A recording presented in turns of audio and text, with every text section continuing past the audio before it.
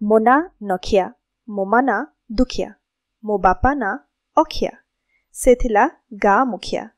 मो बापा अमलरे छता कि रेनकोट नथिला बोली से घोड़ौथिला पखिया। हाँ, कौन कहूथिलिटी घोड़ारे आजी चढ़ी बण जंगले बुलिबी, जेउ गछरे से भयंकर साप थिब सेइथिकु जिबी, साप सांगरे दोस्ती करिबी, दुनिया को जणाई देबी साप आमर शत्रु नुहे।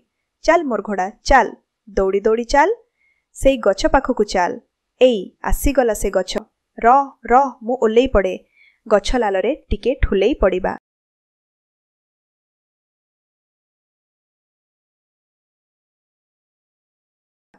बहुत बाटरू आसीथिला त नखिया शौ शौ आखि लागिगला। किछि समय पड़े आसिला भयंकर साप।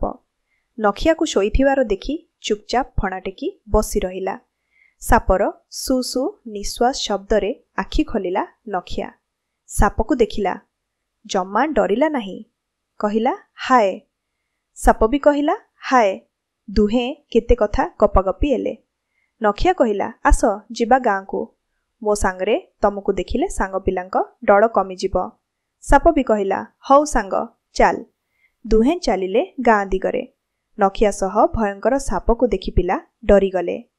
नखिया समस्तंको साहस देई कहिला जमा डरना, इए आमर सांग, यांकु केही आघात न कले इए काहार क्षति करेना।